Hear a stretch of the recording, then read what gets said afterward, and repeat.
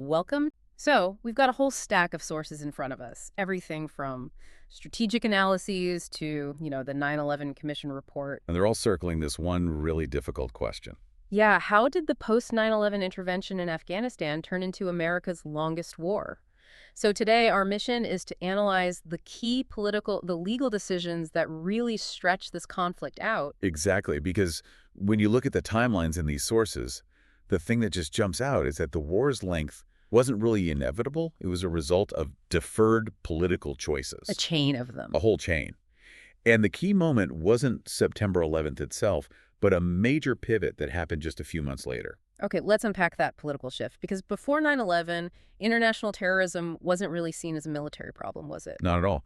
It was primarily an issue for intelligence agencies, for law enforcement, something you'd handle with international cooperation and the criminal justice system. And then came President Bush's address on September 20, 2001. And everything changed. The global war on terror reframed the entire issue.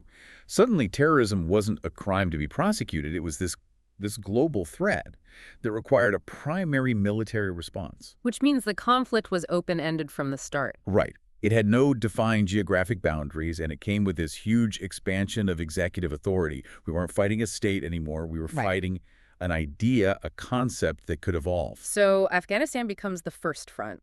Operation Enduring Freedom launches in October 2001 with, very specific goals. Very specific. Disrupt al-Qaeda's infrastructure, neutralize their leadership, and, of course, remove the Taliban regime that was giving them sanctuary. And this is where we get to that critical pivot point you mentioned.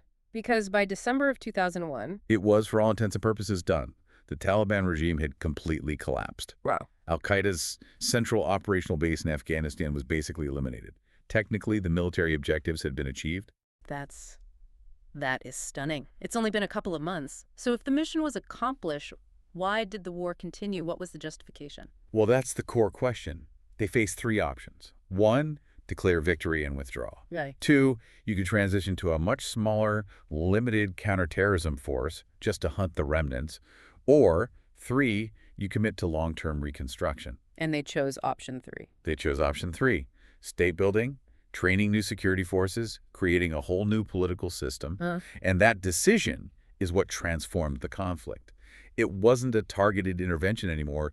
It was an indefinite nation-building project. And that's exactly where this idea of mission creep comes in, which the Costs of War project really details. It's the perfect term for it. Between 2002 and 2006, the objectives just kept getting broader. What kind of things are we talking about? Well, it went from counterterrorism to ensuring regional stability, promoting democratic governance, protecting women's rights, and even counter-narcotics operations. Once you tie military presence to these huge social goals, how do you even define an exit? You can't. That's the logical trap. Victory becomes impossible to define when the goals are that broad. So even when internal assessments in the mid-2000s kept saying a decisive military win was unlikely, the withdrawal decisions were just delayed. But wait, what about the politics of it? You had obligations to NATO allies, and no U.S. administration wanted to be seen as losing Afghanistan, right? It became politically unavoidable. The fear of Afghanistan becoming a safe haven again, or the fear of losing credibility, that all became a higher political cost than the cost of just staying. Even if the military need wasn't really there anymore. Exactly. And this political procrastination, the consequences are massive. You look at the Brown University data, we're talking trillions of dollars. And the human cost. Tens of thousands of civilians killed, millions displaced, and, the decades of trauma for U.S. service members and their families. So, at the end of the day, the sources make it clear. The war's length wasn't due to some consistent strategic necessity. It was this process of continuous expansion and really postponement. It all goes back to that first choice, to frame counterterrorism as an open-ended military project. A tough lesson. And it leaves you with a pretty important question to think about. When the initial military goals are met, but the political system can't create a clear exit, what does that tell us about the limits of using military tools to solve these deeply political and social problems?